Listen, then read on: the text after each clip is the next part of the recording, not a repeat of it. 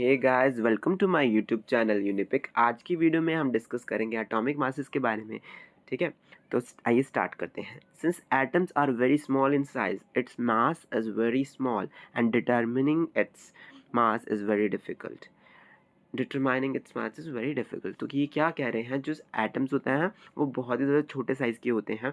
इतने छोटे होते हैं कि इनके मास को मतलब बताना कि कितने का होगा ये, ठीक है, ये बताना बहुत ही डिफिकल्ट है। So the mass of the atom is compared with the mass of standard atom. तो मास जो है एटम को कंपेयर कर दिया है स्टैंडर्ड एटम से, ताकि इसको कंपेयर करना आसान हो जाए स्टैंडर्ड एटम के accordingly. So the atom which is considered as the standard atom for comparing the masses of other atoms is carbon 12 whose atomic mass is 12 U atomic mass unit। तो जो जिस standard atom से हम बाकी सारे atoms के masses को compare करेंगे, तो वो कौन सा स्टैंडर्ड एटम लिया है, उसको बोले हैं कार्बन 12 लिया है। इसकी मदद से हम बाकी एटम्स का क्या करेंगे, मासेस को देखेंगे।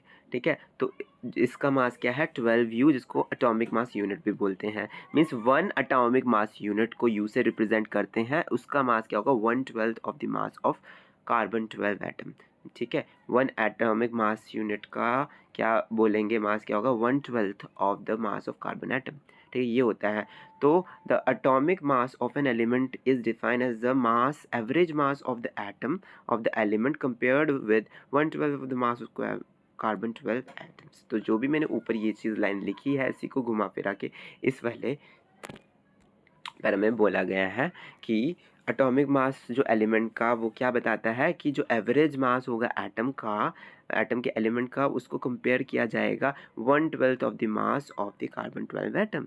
ठीक है, 1/12 जो भी मास होगा कार्बन 12 एटम से, उससे कंपेयर किया जाएगा। ठीक है, उसके बाद जो एटॉमिक मासेस हैं कुछ एलिमेंट्स के, वो दिखाए गए हैं। ठीक है, हाइड्रोजन का जो एटॉमिक मास है वो है 1। ठीक है, हाइड्रोजन जो एटॉमिक मासेस है ऑफ सम एलिमेंट्स कुछ दे रखे हैं हम। ठीक है, तो हाइड्रोजन का एटॉमिक मास U से रिप्रेजेंट करते हैं, तो 1 है। Sorry for the disturbance going outside.